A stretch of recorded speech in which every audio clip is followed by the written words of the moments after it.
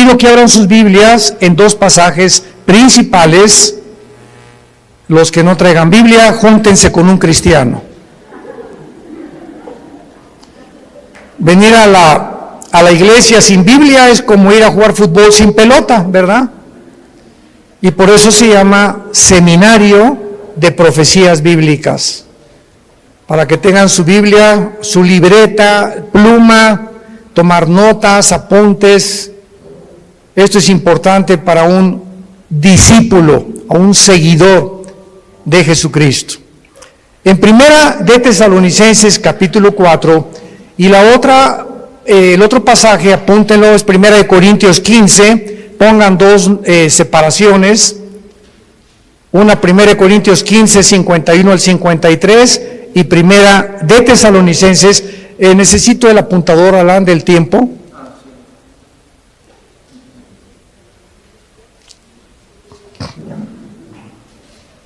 No sé quién se encargaba de esto, es muy importante, si no termino a las 8 de la noche.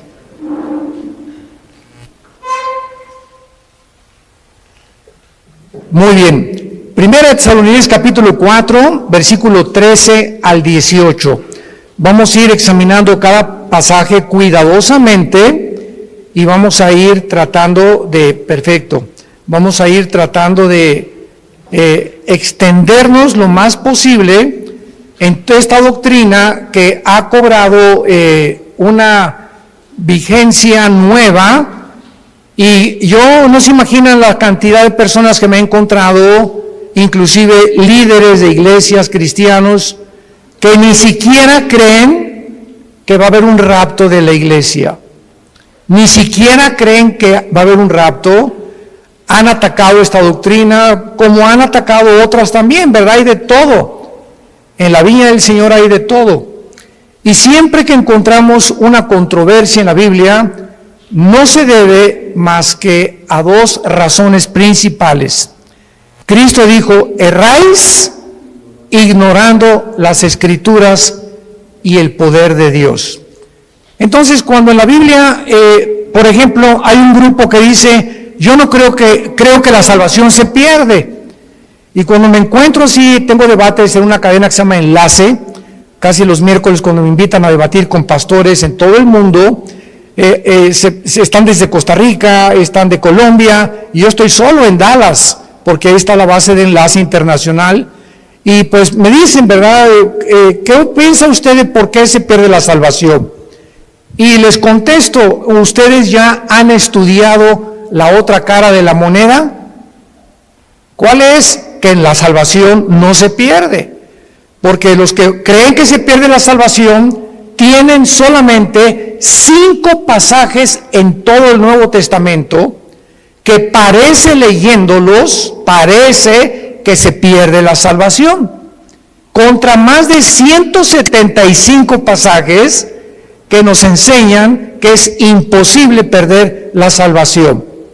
Entonces, cuando tienes en la Biblia una balanza y tienes dos perspectivas o dos doctrinas, es importante buscar cuál tiene más peso teológico y entender por qué las personas que creen eso, lo creen, para que tú les puedas mostrar con los versículos que ellos usan para demostrar que esto es así, contradecirles a través del contexto dentro del cual el texto está escrito, porque sacar un texto de contexto es hacer un pretexto. Entonces, las sectas se caracterizan por eso. Tú platicas con un testigo de Jehová, y un testigo de Jehová te va a decir que Cristo no es Dios, que el infierno no existe, y le preguntas: ¿por qué niegas que Cristo no es Dios? Y te contestan: es que Él dijo que nadie sabe estas cosas más que el Padre. Entonces, ¿cómo puede Cristo ser Dios si dijo que Él no sabía ni siquiera el día ni la hora? Sin entender que cuando Cristo bajó al mundo, Filipenses capítulo 2, Él se hizo igual que nosotros, se puso debajo del Padre temporalmente, para que Él no hiciera nada más que lo que el Padre le dijera, y dejarnos el ejemplo de la sumisión a la autoridad. Pero Jesucristo era 100% Dios y era 100% humano. Tú platicas con un mormón y el mormón te va a decir que ¿por qué no podemos tener 4 mujeres, 5 mujeres? Si David tuvo casi 7, 8, Salomón tuvo casi 1000. ¿Y por qué yo no? Dice don Pancho Pistolas. Y tú puedes contestarle claramente, ¿verdad? La dispensación o la administración bajo la cual vivieron, ¿por qué Dios? Porque Dios tiene 2 clases para poder juzgar. Una, la voluntad de Dios, apúntalo, es permisiva y directiva. Entonces, el hecho que Dios permita algo no significa que sea la voluntad de Dios. Una muchacha llegó un día y me dice, ¿es por qué me permitió casarme Dios con este patán de esposo que me golpea, etcétera, etcétera? Si yo le pedí a Dios y le dije, porque tú aceptaste casarte con él. Y tú sabías perfectamente bien lo que hacías, tenías 2 años sin ir a la iglesia cristiana y te casaste con el primer camión que pasó por ti. Entonces Dios lo permitió, pero no era la voluntad de Dios, porque si tú hubieras permanecido en la voluntad de Dios, Dios te hubiera dado la persona que Él quiere desde antes que naciéramos, que nos acompañara en nuestra vida matrimonial. Entonces tenemos que comprender eso. El que Dios haya permitido que Abraham se aventara el clavado con con Agar, y que David tuviera esposas y que Salomón lo dejó como ejemplo para que Salomón escribiera el libro de Eclesiastés. Y ahí Salomón lo explica claramente, a la risa le digo, enloqueces al placer. ¿De qué sirve esto? Para que cualquier hombre que crea que teniendo 2 mujeres o 3 mujeres ya la hizo y vas a ser feliz, te equivocas, porque las cosas que se escribieron para nuestra enseñanza se escribieron, a fin que a través del ejemplo de los hombres y mujeres que Dios exhibe con sus pecados en la Biblia, veamos que por eso la Biblia es un libro de santidad. Muy bien, vamos a abordar esta doctrina del rapto de la iglesia. Primera de Tesalonicenses 4, del 13 al 18. Pablo les dice a esta iglesia, no queremos, hermanos, o tampoco queremos que ignoren acerca de los que duermen. Dios no quiere que ningún cristiano ignore qué pasa después de morir. No quiere Dios que nosotros ignoremos qué hay después de la muerte, para que no nos comportemos como la gente que, como no sabe qué hay después de la muerte, como mi abuelita, se murió uno de sus hijos de mi abuela materna y se vistió de negro 8 meses sin salir de su casa para guardar luto. Háganme ustedes el favor. ¿Por qué lo hizo y por qué lo hacían nuestros abuelos o abuelas? Por la ignorancia de saber qué es la muerte y cómo debemos comportarnos delante de la muerte. Entonces así comienza Pablo escribiéndoles a estos hermanos. No quiero que ustedes ignoren acerca de los que duermen. La palabra dormir se usa para morir en el Nuevo Testamento, y vamos a demostrar que una persona cristiana que se muera nunca pierde su conciencia de su existencia. Todas las personas que vamos a ver en la Biblia en esta tarde, vamos a demostrarles que cuando murieron estaban conscientes, pero su cuerpo es el que duerme en la tumba, es la resurrección de los muertos. Pero el alma y el espíritu, en el momento de la muerte, nos vamos inmediatamente, salen del cuerpo, lo vamos a ver, a la presencia de Dios. Si tú mueres sin Cristo en esta noche, o mañana, o dentro de un mes, tu alma y tu cuerpo y tu espíritu se salen y descienden al centro de la tierra, al Sheol, o en el Nuevo Testamento con la palabra Hades, que son diversos compartimentos. Es como una prisión en el centro de la tierra donde están esperando millones de espíritus el juicio del gran trono blanco de Apocalipsis 20, del 11 al 15, que es el juicio de los incrédulos. Y cuando acabe el milenio, Dios los va a sacar del Sheol, van a estar enfrente de Él, parados, ya no hay oportunidad de hincarse, ya no hay oportunidad de pedir perdón, y Dios va a abrir los libros y les va a demostrar con los ángeles y con nosotros como jurado. 1 Corintios 6, del 3 al 4, somos el jurado en el juicio de Dios, porque Dios hizo un lugar que se llama el infierno. Y si no hubiera un infierno, el Dios de la Biblia sería un monstruo, porque si no hay un castigo para las gentes que no fueron castigadas en la vida, pues entonces se salieron con la suya. Porque nadie los castigó, se empanzonaron y crecieron y se rieron y se emborracharon y violaron niños y fueron pederastas y violaron mujeres y tuvieron 3 o 4 y abandonaron sus matrimonios y dieron mal ejemplo a sus hijos y robaron y se aprovecharon de su puesto con políticos, etcétera, etcétera, y de repente se mueren en un accidente o les da un ataque de corazón. ¿Y qué? Y vivieron como, hasta le da envidia a los cristianos cuando muchos incrédulos viven como viven. Pero la Biblia dice que hay un juicio, y de este juicio no se escapan nadie, porque Dios no puede ser burlado. No quiero que ignoren acerca de los que duermen, porque para que no nos entristezcamos como los otros, o sea, como los que no son cristianos, que no tienen esperanza. Entonces, cuando se muere un cristiano, hay lágrimas, y nunca te aguantes. Ahora está demostrado psicológica y neurológicamente que cuando una persona reprime sus emociones, algo sucede que comienzas a descomponerte emocional y mentalmente. Y puedes llegar a depresiones gravísimas. Entonces, Dios nos dio la capacidad de llorar. Y si alguien se murió, no te aguantes, llora. Y desahógate todo lo que puedas, no te aguantes cuando tienes ganas de llorar, llora.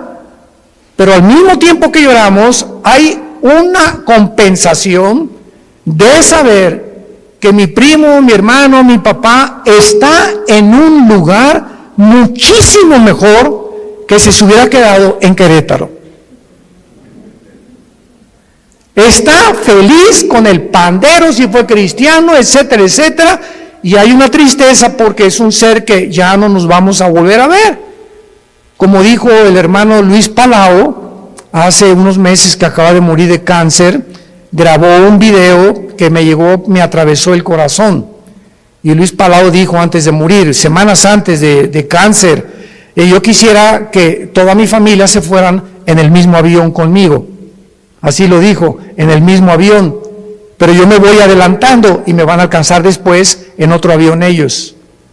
Pero estoy contento porque voy y sé a dónde voy, porque sé que me está esperando Jesucristo. Y el momento que cierre mis ojos y que mi alma salga, me olvido de todo y descanso verdaderamente por toda la eternidad.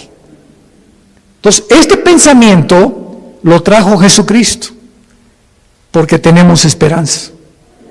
Entonces Dios no quiere que vivas como los que no tienen esperanza, que le lloran a sus muertos 6 meses, 1 año, 2 años de luto. Esto es absurdo y ridículo para un cristiano.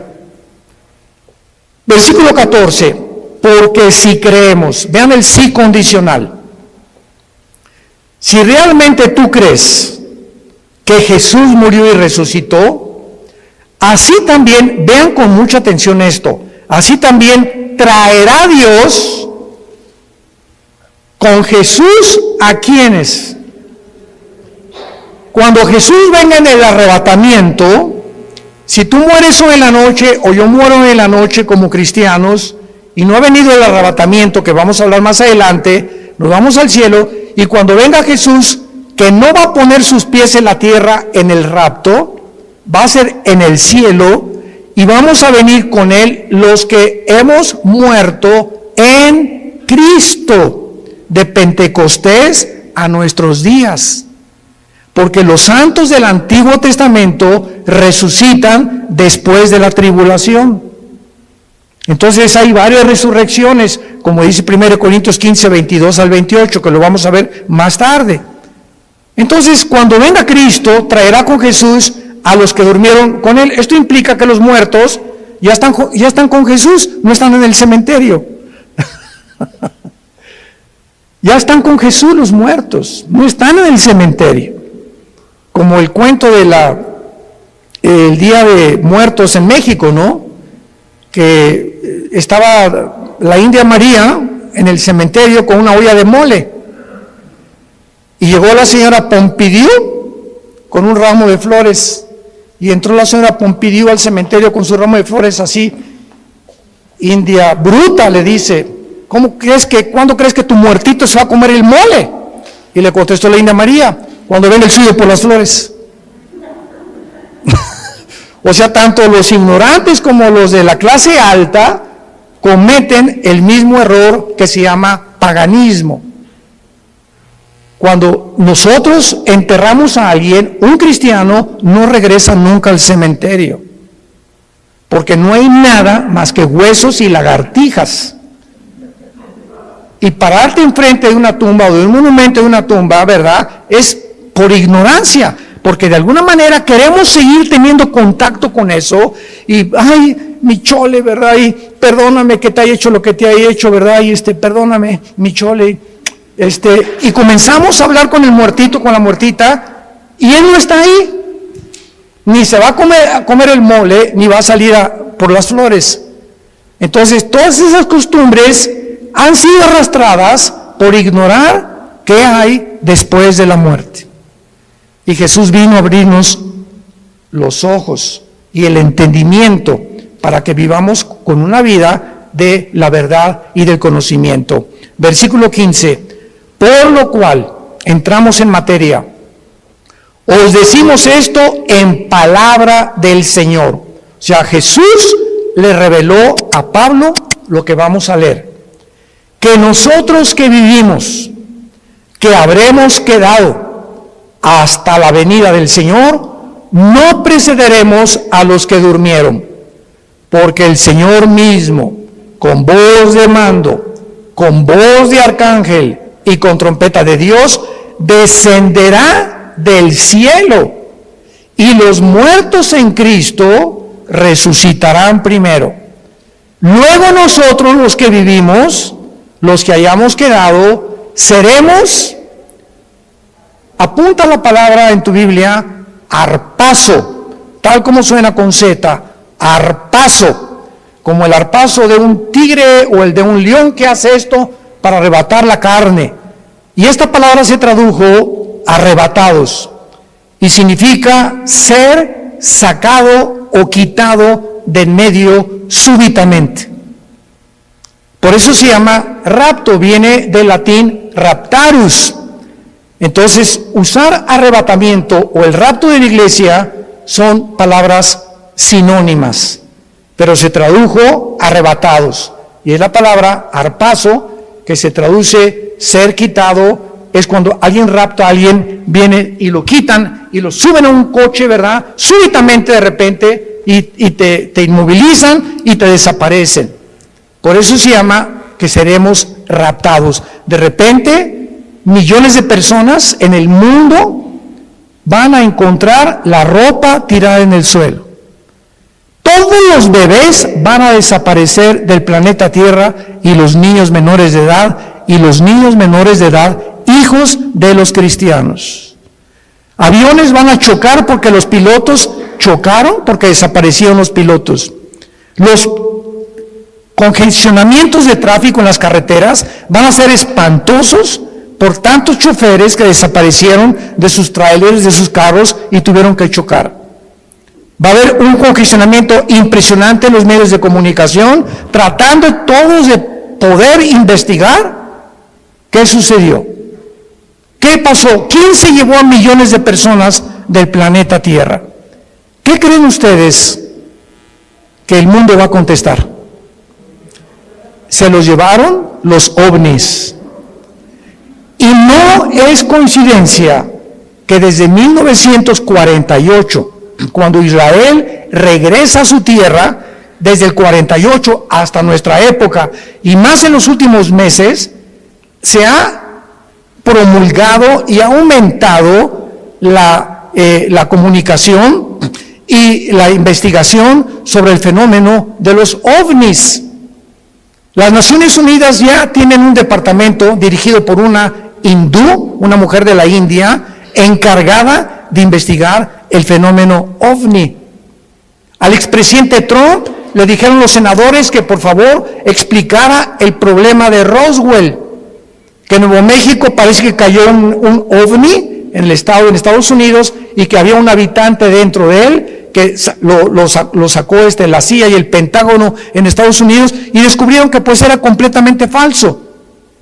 Entonces, ¿por qué están apareciendo tantos platillos voladores en el cielo? Yo quiero darles ahorita la respuesta. Una vez me preguntaron, ¿por qué ustedes los cristianos no creen en los ovnis? Y yo les contesté, ¿quién dice que no creemos?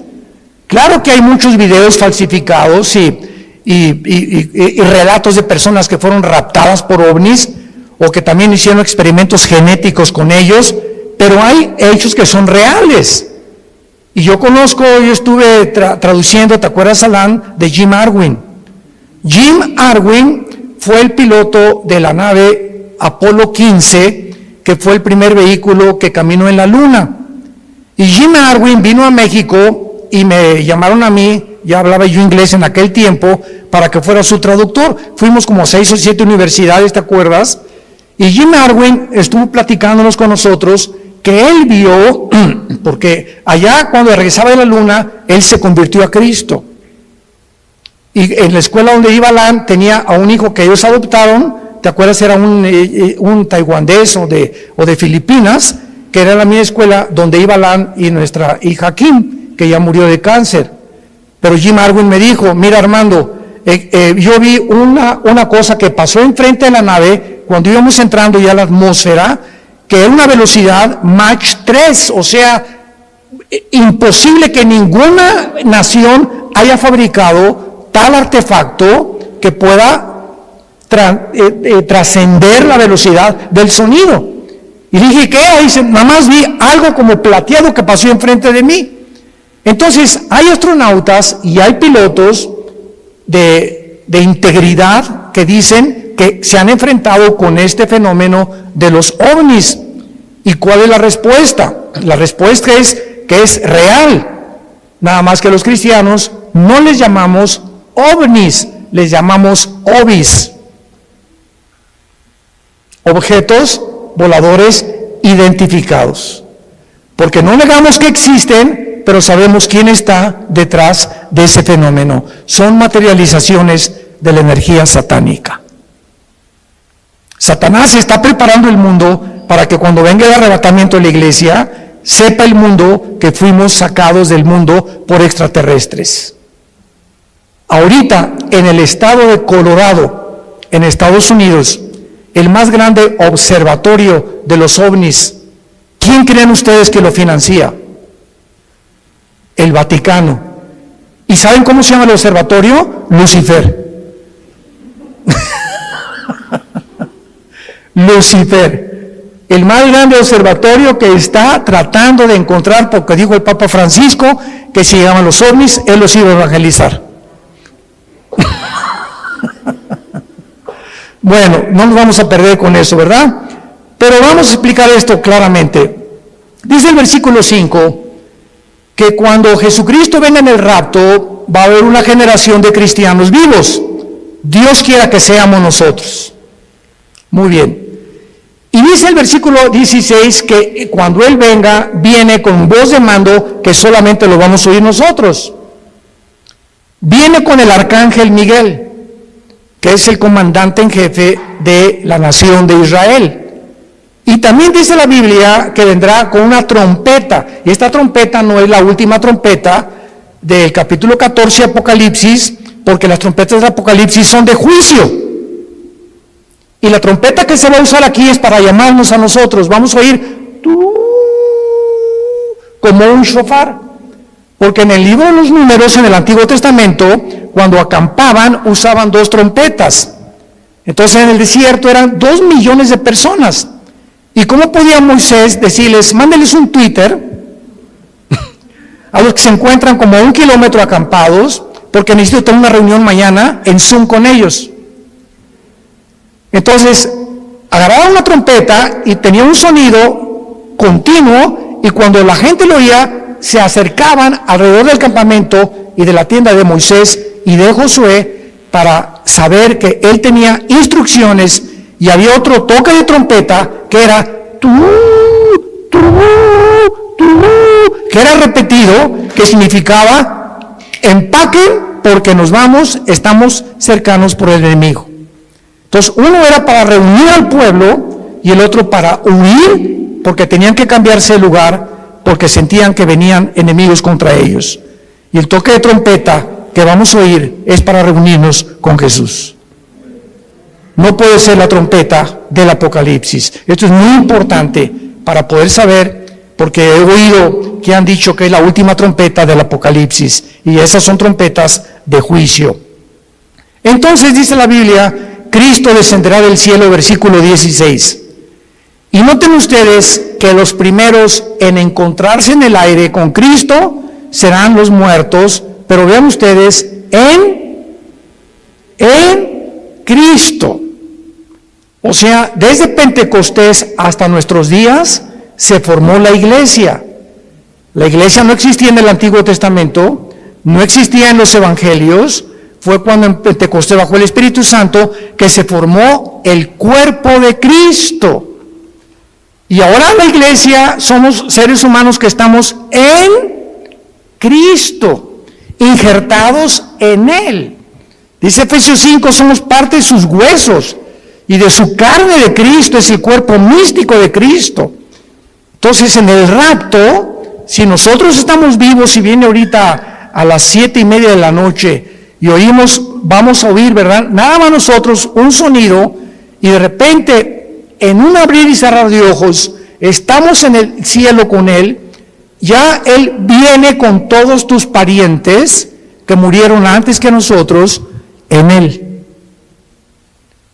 Los santos del Antiguo Testamento resucitan después de la tribulación. Y este orden, porque dice en 1 Corintios 15, 22 al 28, que hay un orden establecido por Dios para la resurrección de los muertos. Primero Cristo, las primicias, después los que son en Él. O sea, la iglesia que somos nosotros.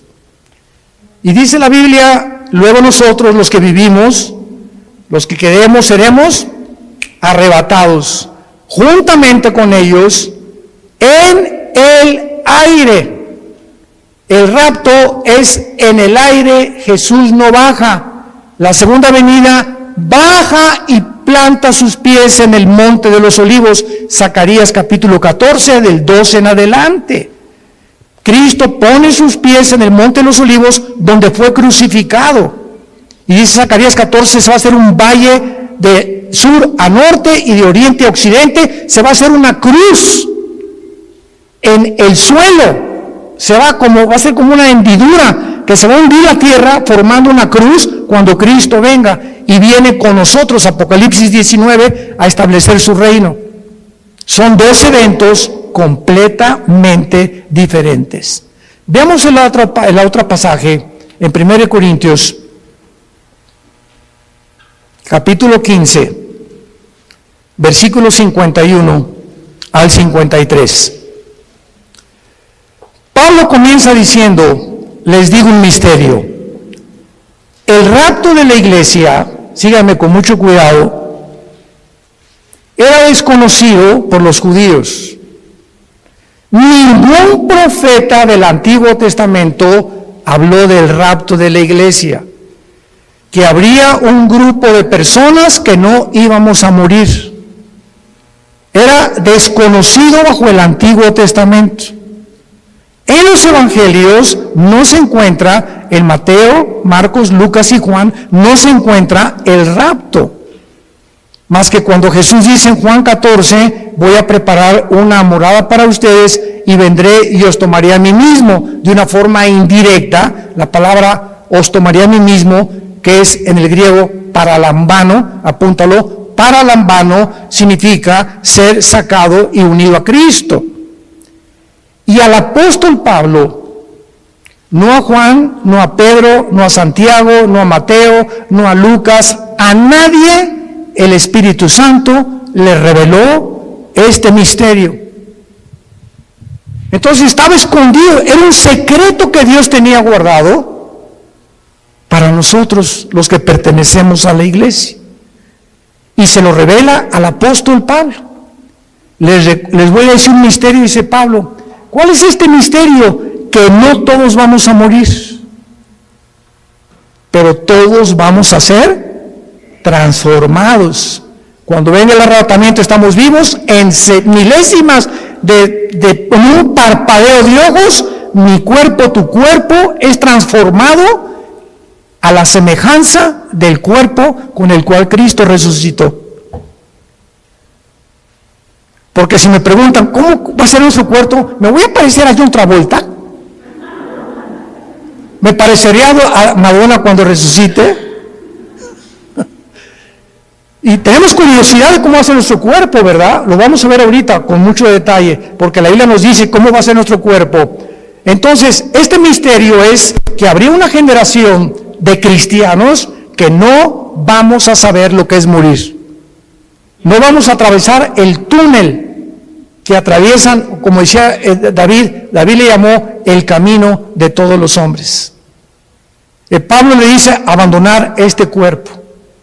Entonces, este misterio fue revelado al apóstol Pablo y dice el versículo 52 explicándonos cómo va a suceder.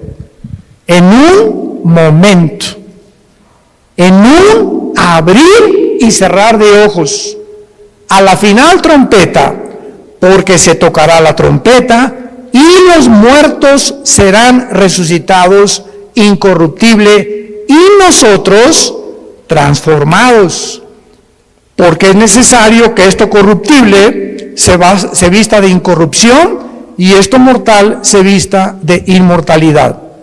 Muy bien, ahora vamos a demostrar a continuación claramente en la Biblia que lo que enseñan los testigos de Jehová y los mormones es una grande equivocación, que los muertos están dormidos y que no hay conciencia después de la muerte hasta la resurrección. Vayamos primero a Génesis capítulo 35 en el Antiguo Testamento. Esto es maravilloso. La Biblia es preciosa. No hay nada perverso en ella. Todas ellas, las palabras de Dios, son rectas al que entiende y razonables a los que han alcanzado la sabiduría. Dice Proverbios 8 del 4 al 8. Vean ustedes Génesis 35 versículo 18. Pon una lupa o un microscopio para lo que vamos a leer. Aconteció que al salírsele, apúntalo, Nepesh con SH al final, es la palabra hebrea para alma. Al salírsele el Nepesh o el alma murió. Desgraciadamente hay una traducción de la Biblia que se llama la Nueva Versión Internacional. Yo no se la recomiendo a nadie. Y si tú lees este versículo en esta versión de la Biblia, dice, aconteció que suspiró. ¿Y qué es un suspiro? O sea, no explica nada, ¿no? Porque no nos revela la parte que forma el cuerpo humano, que es el alma. Vamos a ver cuál es la otra parte del cuerpo humano. Y cuando dice la Biblia, Nepesh, si lo quieres apuntar, el alma es el centro de la mente, las emociones, la voluntad y los sentimientos. Eso es el alma. Y que en otras partes del Antiguo Testamento se traduce como el corazón. Del corazón salen las malas palabras, del corazón sale esto, del corazón aquello, perverso y engañoso el corazón, Jeremías 17:9, y cuando dice perverso y engañoso el corazón, perverso y engañoso son nuestros sentimientos. Perversos y engañosos son nuestras emociones. Perverso y engañoso es nuestra voluntad y nuestro intelecto. Nacimos torcidos. Qué peligroso es que confiemos en nuestros sentimientos y en nuestras emociones cuando no están bajo el control del Espíritu Santo. Ay, hermano, me voy a casar. Sí, qué bueno que te vas a casar, Conchita. Es que está re guapo, se parece a Rambo. ¿Y te vas a casar por el físico? No, me voy a casar porque que te linda, y está muy bonita. ¿Y te vas a casar por el físico o realmente ya tienes un tiempo conociendo el corazón de esa persona, su carácter, cómo reacciona a diferentes cosas, caminar con Cristo? Porque el matrimonio es para dos discípulos. El matrimonio es para dos discípulos de Jesús. Porque si te casas y eres cristiano con una que no es cristiana o con uno que no es cristiano, ¿qué va a pasar? Es como atar en el arado, en el campo, a un buey con un burro. Entonces el buey jala para acá y el burro jala para allá. Para arar el arado se necesitan dos bueyes. No estoy diciendo que seas buey. Y son palabras bíblicas, Entonces, por eso están unidos para arar con un yugo los dos, y el yugo del matrimonio es Cristo. Entonces, si los dos no están y Cristo no está en medio, cordón de tres dobleces es difícil de romperse, dice Eclesiastés capítulo 4. Por eso es tan importante entender que el matrimonio es para discípulos. Aconteció que al salírsele el alma, murió. Al morir, ¿qué se sale de nosotros? Se sale el alma. Ahora el versículo 29 del mismo capítulo. Y exhaló Isaac el Roach. Así como suena, se pronuncia la CH en hebreo como J, Ruach. Se le salió y se traduce espíritu. Y el espíritu es la parte inmaterial a través de la cual conocemos, adoramos y servimos a Dios. Adoramos en espíritu, servimos en espíritu y seguimos en espíritu al Creador. Y hasta que el espíritu entra a nuestra vida y renace y resucita el espíritu muerto con el cual nacemos, no podemos servir a Dios. Y hay cristianos que sirven a Dios sin el Espíritu. ¿Sabían eso? Sirven a Dios en la carne. Predican, enseñan, hacen, pero la motivación por lo cual hacen todo lo que hacen no es para Él. Es o para ser vistos, o para ser recompensados, o por muchas otras intenciones. Y lo encuentran en Apocalipsis 2, del 1 al 4, con la iglesia de Éfeso. ¿Se acuerdan de esta iglesia? Que le dice Cristo: yo conozco tus obras, has tenido paciencia, has probado los que son apóstoles y son mentirosos, has tenido esto y el otro, y en ese momento, Señor, gracias. Hasta que me reconoces, Señor. Con cualquiera de estas cosas que Cristo está alabando, se sentiría uno orgulloso, ¿verdad? Pero dice Cristo, pero, hay un pero. Pero, ¿cuál es, Señor, el pero? Que tengo contra ti que has perdido tu primer amor. O sea, todas estas cosas que Cristo alabó son buenas, pero lo estaban haciendo sin amor a Él. La carne es bien consagrada. Se llama la religiosidad. Y son de esos hermanos que, ¿y por qué el hermano se tatuó? ¿Y por qué trae el pelo largo? ¿Y por qué trae ese vestido tan caro, la hermana? ¿Y por qué la otra parece china poblana? ¿Y por qué esto y por qué el otro? ¿Y por qué se ponen aretes? ¿Y por qué celebran la Navidad? Dios mío, santo, no sé a qué virgen invocar. Que no hay ninguna, ¿verdad? Pero Jesús, María y José y el burrito que los acompaña. Es increíble que estén continuamente tratando de ver que el cristianismo es a través de cómo te vistes, de si estás tatuado. Una vez me dijo un señor, ¿ya viste ese hermano que está tatuado? Y le dije, es por la panza de Santa Claus que tienes tú. Se pintó algo en el cuerpo, ¿y quién está haciendo más daño a su cuerpo? ¿Él o tú? Y peor si tomas Coca-Cola.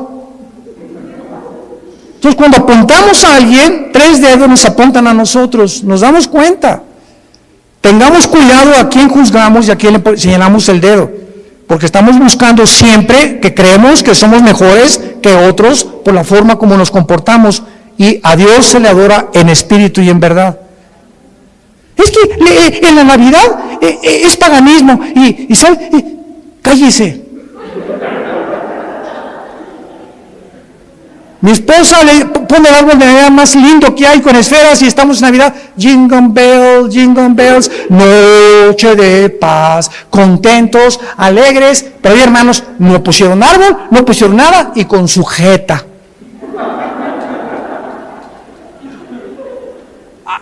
Imagínense en el cielo, Dios al arcángel Miguel, búscame a los que pusieron arbolito y les pones una tacha.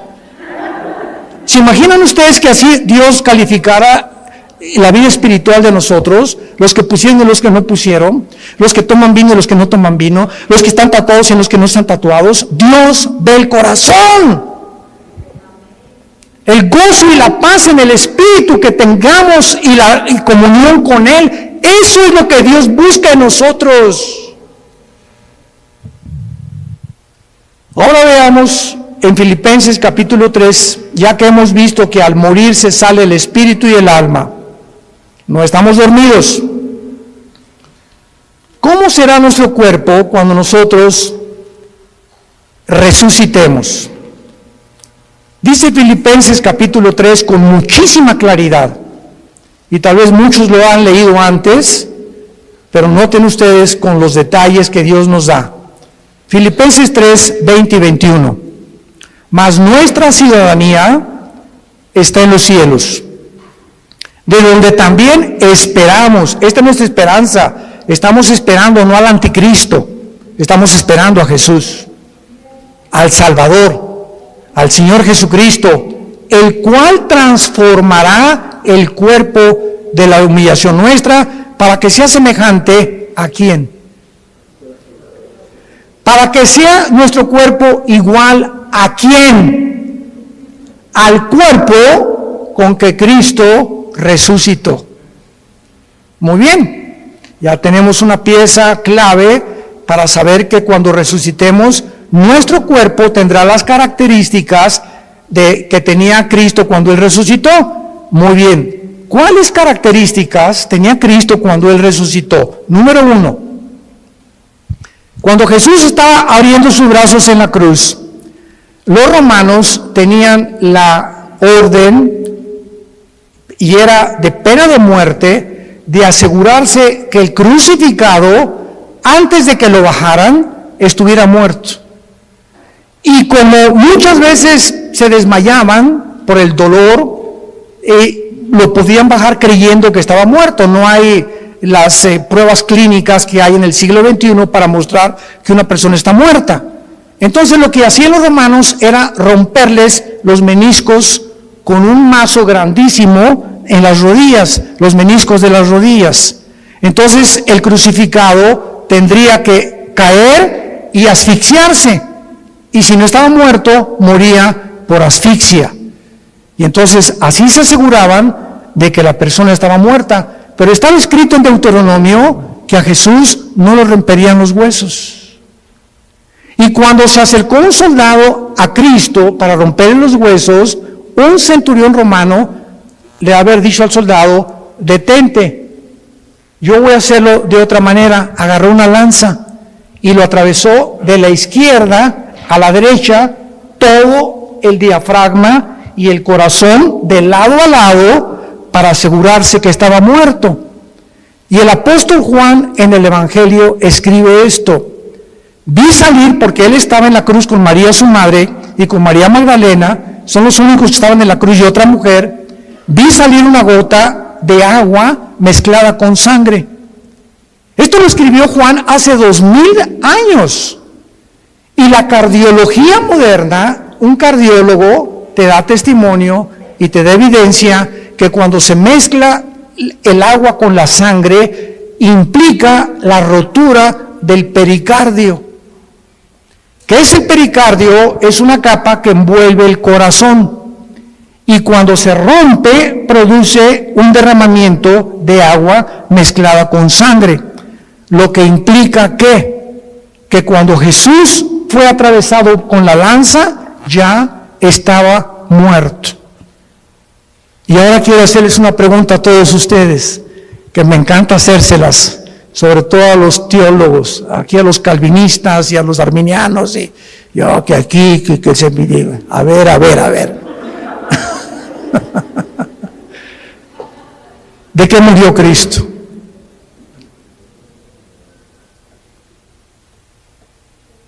Nadie, ¿verdad? ¿De qué murió? No murió de asfixia. Cuando lo atravesaron la lanza ya estaba muerto. ¿De qué murió? El Salmo 22, ya lo contestaron. Ya ha visto uno de mis videos. En el Salmo 22, 1000 años antes de que Cristo fuera crucificado, antes de que ni siquiera se practicara la crucifixión. Increíble. David escribe: Dios mío, ¿por qué me has desamparado? Comienza David a escribir 1000 años antes lo que Jesús pronunció en la cruz y lo que Jesús desde la cruz, como si David se hubiera adelantado al futuro, se hubiera metido en la cruz de Cristo y él estuviera viendo lo que Cristo vio desde la cruz. Esto es impresionante. Y más adelante David escribe: horadaron mis manos y mis pies y mi corazón fue como la cera. Cristo murió en el momento que tus pecados y mis pecados fueron puestos sobre su cuerpo, rompieron su corazón. Murió de dolor moral. No soportó llevar en la cruz nuestros pecados, y fueron nuestros pecados los que produjeron su muerte. Y 700 años antes de que él muriera, el profeta Isaías, capítulo 53, escribió: despreciado y desechado entre los hombres, varón de dolores, escondimos de él el rostro, fue menospreciado, no le estimamos, molido fue por nuestros pecados y completamente deshecho por todo lo que nosotros hicimos. Qué increíble que Isaías haya escrito eso, que fue el pecado lo que mató a Jesucristo, y que el Padre haya permitido que su Hijo fuera crucificado, maltratado, despedazado. Cristo en la cruz, dice Isaías 52, los últimos 2 versículos antes de entrar al 53, que no había parecer en él. Cristo en la cruz era un guiñapo humano. Nadie reconocía, estaba deformado de los golpes, de los latigazos, de la sangre que le corría por su rostro. No tenía los tejidos subcutáneos, los tenía completamente abiertos, del látigo de 9 colas que tenían puntas de hueso con acero, y los romanos lo envolvían, y el látigo le daba 4 veces, y cuando jalaban el látigo desgarraba todos los tejidos subcutáneos del pecho y de la espalda. Cuando él estaba en la cruz era un guiñapo humano. Cristo en la cruz era un monstruo. ¿Por qué? Porque eso es lo que hace el pecado, nos hace monstruos. El pecado nos deforma. El pecado hace y tuerce lo que es la imagen de Dios en nosotros. Y el cristiano tiene que proyectar la santidad. El cristiano tiene que proyectar el gozo, la paz del Señor. Y tú lo puedes ver en amigos tuyos o en personas que no son cristianas. Ve la mirada que tienen. Será. La lámpara de nuestro cuerpo son los ojos. Pero Cristo muere de esa manera para que Dios nos recordara el tiempo en que nosotros tenemos que estar conscientes de lo que el pecado nos hace en nuestra vida. Y vayamos en penúltimo lugar, Apocalipsis capítulo 6.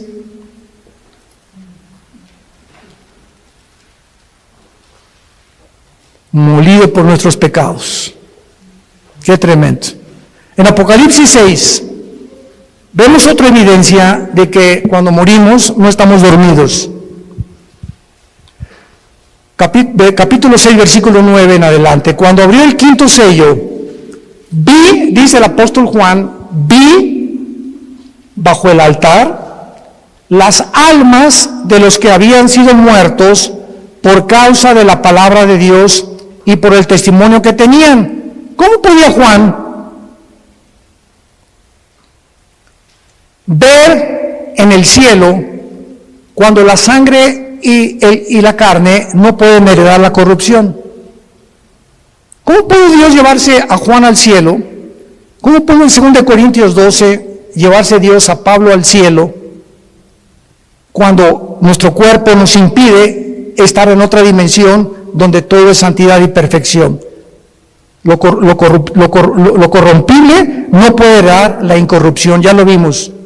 Bueno, la respuesta es que Juan estaba durante el tiempo de la tribulación en el Espíritu en el cielo. Y esto nos muestra que aparte de los ojos físicos que tenemos, porque cuando alguien está muerto, vienen los gusanos y nos comen el cerebro, ¿verdad? Nos comen los ojos en la tumba, nos comen las orejas y queda el puro esqueleto ahí tirado en el cementerio. Sin embargo, en la otra vida tenemos ojos, tenemos oídos y tenemos otro cuerpo. Y los ojos que vamos a tener en la otra vida, ya los tenemos en esta vida y se llaman los ojos espirituales, que estamos entrenando para ver la Biblia. Si tú vienes a la Biblia con tus ojos carnales, sin antes orar ni limpiar tu vida, Dios no va a permitir que veas nada de revelación, ni el Espíritu Santo te va a descubrir las cosas profundas que se encuentran en la Biblia, porque los puros de corazón verán a Dios, nada más. No podemos acercarnos a Dios con un corazón sucio y con una mente inmunda. Entonces, qué increíble, ¿verdad?, que la Biblia pueda mencionar que podamos mantener la existencia y la conciencia de la existencia. Y esto nos prueba otra cosa tremenda que hoy en la comida mi esposa y yo, platicando con unos dentistas en casa de Alán, nos compartieron, ¿verdad?, de lo que está descubriendo en el mundo de la medicina, de las vibraciones, etcétera, etcétera. Tú sabes que nosotros cuando soñamos, ¿no es la mente la que produce los sueños? ¿Tú sabes que los pensamientos no se forman en el cerebro? Los pensamientos y los sueños están en el área de la dimensión espiritual. Y una cosa es el cerebro y otra cosa son los pensamientos, porque cuando tú mueras, tu cerebro se queda con los gusanos, alimento de los gusanos, y en la otra vida vas a recordar quién eres. Pero ¿cómo si tu cerebro ya no lo tienes? Ese lo comieron los gusanos. Esto nos demuestra claramente que la conciencia no está en el cerebro, los pensamientos no están en el cerebro. El cerebro no es un órgano como el hígado que produce la bilis y los intestinos, los jugos gástricos, etcétera, etcétera. Pero el cerebro es solamente un órgano, pero no forma parte de la vida espiritual. Y cuando la Biblia dice renovaos en vuestra mente, no dice en el griego en el cerebro, dice en vuestra mente, y la mente es el alma. ¿Están aprendiendo algo? Juan está en el cielo y ve las almas de los muertos. No estaban dormidos. Y Juan, versículo 10, los oye que los muertos tenían cuerdas vocales en la otra vida. Las que tenemos aquí, los gusanos se las comieron. Y en la otra vida, Juan oye que clamaban a gran voz, oyó que estaban junto a Dios y le estaban preguntando a Dios, ¿hasta cuándo, Señor, santo y verdadero, no juzgas y vengas nuestra sangre en los que moran en la tierra? ¿Qué fue lo que Juan oyó que estaban diciendo estos muertos en el cielo, que estaban muertos en su cuerpo, pero conscientes de existencia en la otra vida, espiritualmente hablando. ¿Estaban pidiendo venganza? Estaban pidiendo justicia. Ahora, fíjense qué importante es esto. En el cielo, los que están ahorita en el cielo están conscientes de muchas cosas que pasan en la tierra, como nos los demuestra este versículo, porque más adelante se les dice que se esperen hasta que mueran los demás que el anticristo va a matar. Y estos muertos que están en el cielo están conscientes que la justicia no se ha hecho y están gritando a Dios, ¿hasta cuándo? Y es el grito de nosotros en el siglo XXI. Señor, ¿cuándo vas a acabar con tanta violencia, con tantos pederastas, con tantos políticos corruptos, con tanto robo, con tanto asalto, con tanta violación, con tantos violadores de niños? Señor, ¿cuándo va a acabar todo esto, con tanta enfermedad, con tanto cáncer, con tantos virus? Estamos aquí en la tierra gritándole a Dios, ¿hasta cuándo? Y Dios quiere que nosotros oremos y le digamos a Dios esta oración. Por eso Dios nos las dejó, porque cuando oye Dios el clamor de nosotros, escuchen esto con mucho cuidado, cuando Dios oye el clamor de nosotros, Dios puede adelantar la venida de Jesús. Y para terminar, lo voy a demostrar en Apocalipsis 8. Cuando abrió el séptimo sello, se hizo silencio en el cielo como por media hora.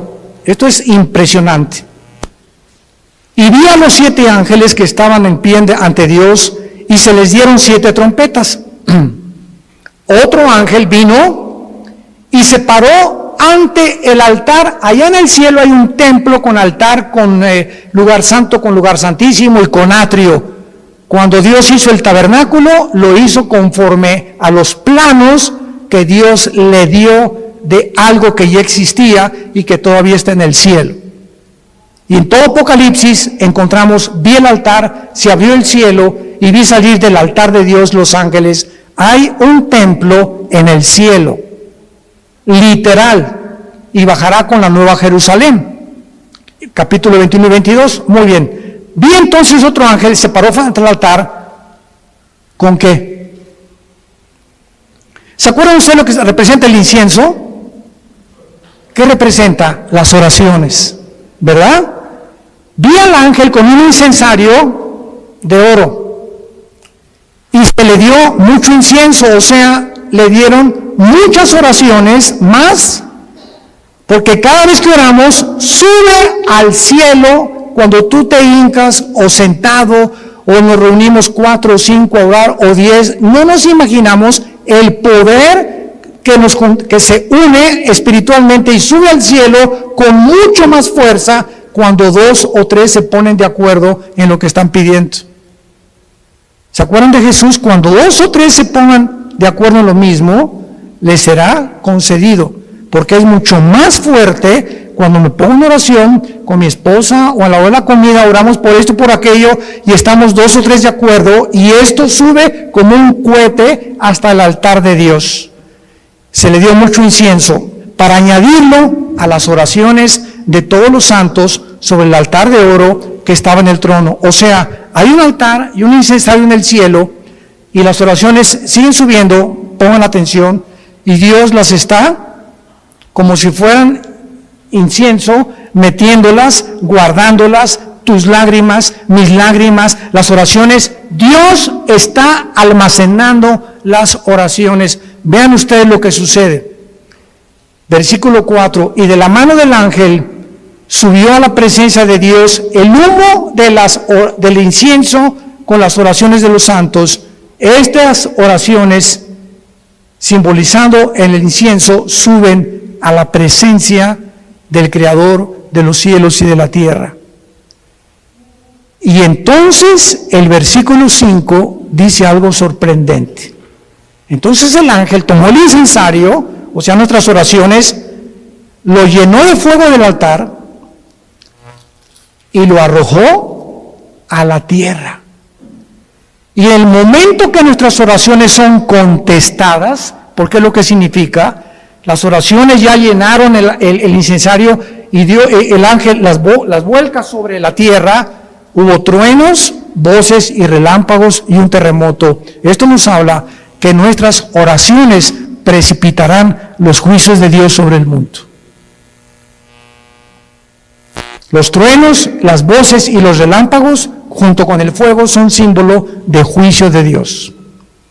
¿Cuántos de ustedes hasta este momento, antes de dormir, no se hincado, sentado en tu cama como Dios te acomode, le pides a Dios, Señor, te pido por mi hijo que está perdido, y mojas de lágrimas tu cojín? Te pido por mi esposa, mi esposo que está perdido, por mis cuñados, te pido por el gobernador, por el gobierno de México, y todo aquello que pedimos nosotros a Dios diario, sube al cielo, y mientras más oramos y más tiempo le dedicamos a la oración, Dios va a acelerar la venida de su Hijo Jesucristo. Y muchas veces la negligencia y la apostasía de los cristianos, no te puedo preguntar cuántas minutos, horas diarios, pero si tú no oras diario 10, 15, 20 minutos diario, yo no sé qué clase de vida cristiana tienes. No tenéis porque no pedís. Y muchos de ustedes viven una vida sin paz, sin propósito, sin dirección, sin bendiciones de Dios, ni han visto la mano de Dios en sus vidas, en su matrimonio, en sus familias, simplemente porque no piden. Y cuando oran, Jesucito mío, no eres compañía, no me desampares ni de noche ni de día. Agarra un perico y grábale una grabadora mejor, o cuando oran, y te pido por tus alimentos y por los que no lo tienen, que se los des.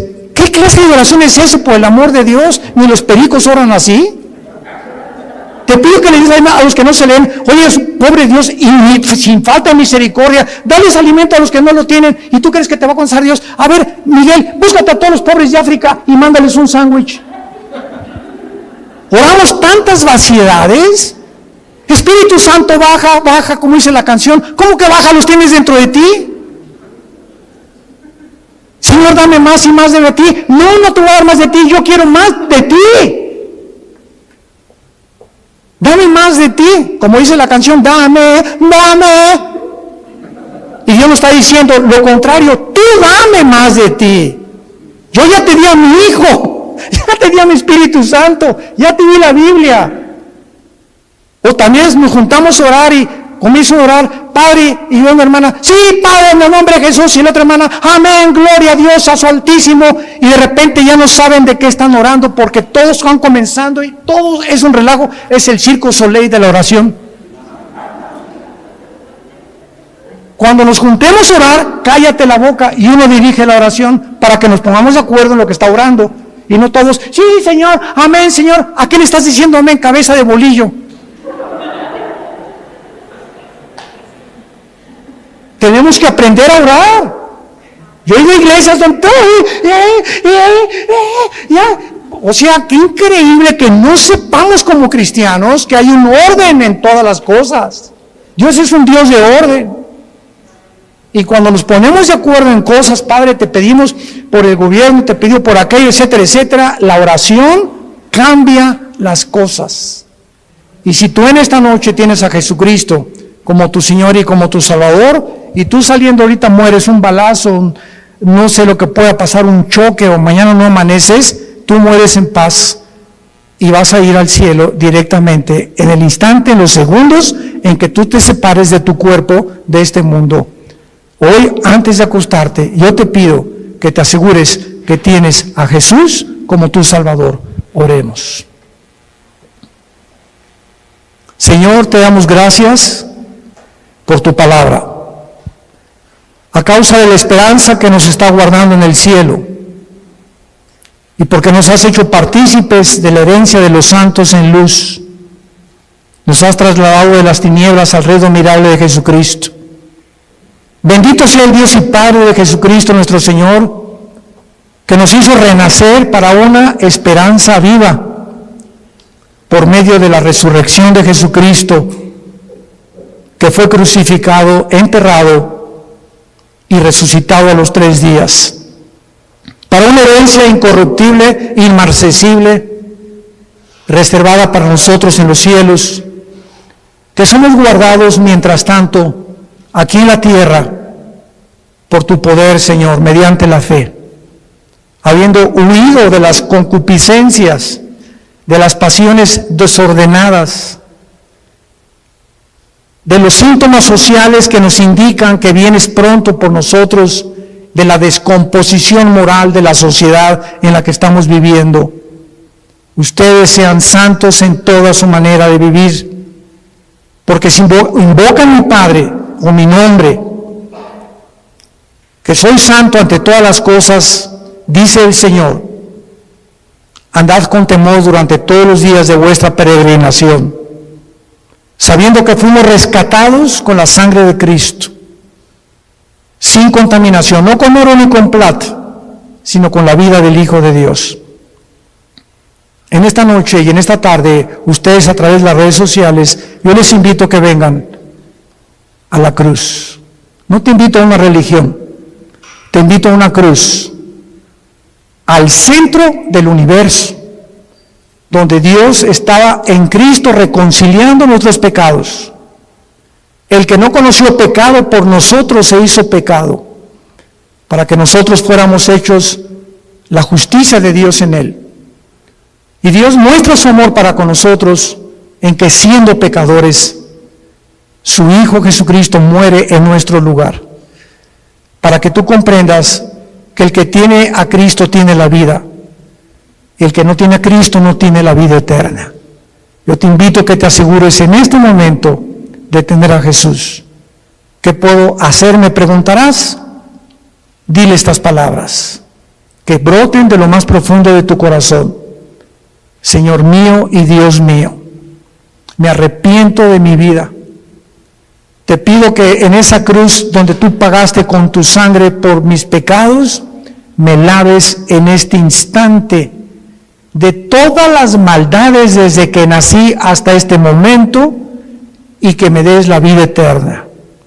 Te recibo, Jesús, porque creo que a los 3 días resucitaste de los muertos y que solamente tú puedes cambiar mi vida y darme la seguridad que cuando cierre mis ojos en el día de mi muerte, los volveré a abrir en segundos y veré tu rostro. Te abrazaré y sabré que no fue en vano haber creído y haberte servido y haberte adorado en la corta vida que me diste. En el nombre de Jesús. Amén. Gracias a Dios. Gracias a Dios por la palabra. Gracias a Dios por la palabra de Dios.